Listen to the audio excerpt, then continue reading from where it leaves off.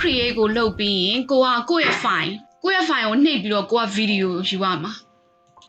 အဲ့ဒါကို file ကိုနှိပ်ပြီးရင် upload browse နော် browse ကိုသွားမယ် browse ကိုသွားပြီးရင်ဒီမှာ video ရှိတယ်အဲ့တော့ video ကထားပါတော့ brief line ဒီဟာလေးတစ်ခုတင်လိုက်မယ်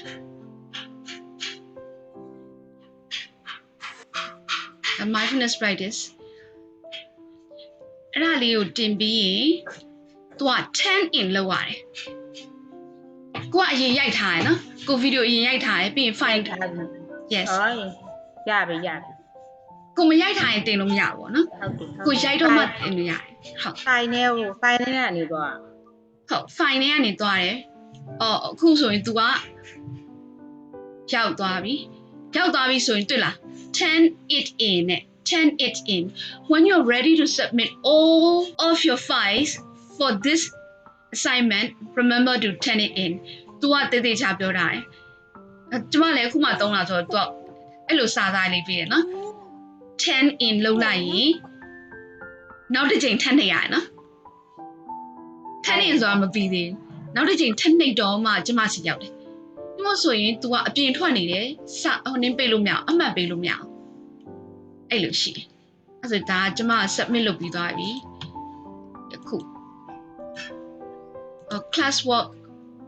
တခုပြီးသွားပြီလို့ပြောမှာတို့ဒီဘက်မှာ view all ဆိုတာလေးလည်းရှိတယ် view all ကိုကြည့်လိုက်လို့ရှိရင်ကိုတင်ရမယ့် assignment တွေလာလိမ့်မယ် view all မှာလေeither class work လို့နှိပ်မနှိပ်လို့ရှိရင် view all မှာကြည့်အဲ့တော့ assign လုပ်ထားတာရှိရကိုဘာတွေ miss ဖြစ်နေလဲ missing မှာသွားကြည့်မယ်ကိုဘာတွေပြီးသွားပြီလဲ done မှာကြည့်မယ်တခုပဲပြီးသေးတယ်ကျွန်မအဲ့လိုပါနော်အဲ့ဒါလေးပဲလွယ်တယ်နော် let's give our best shot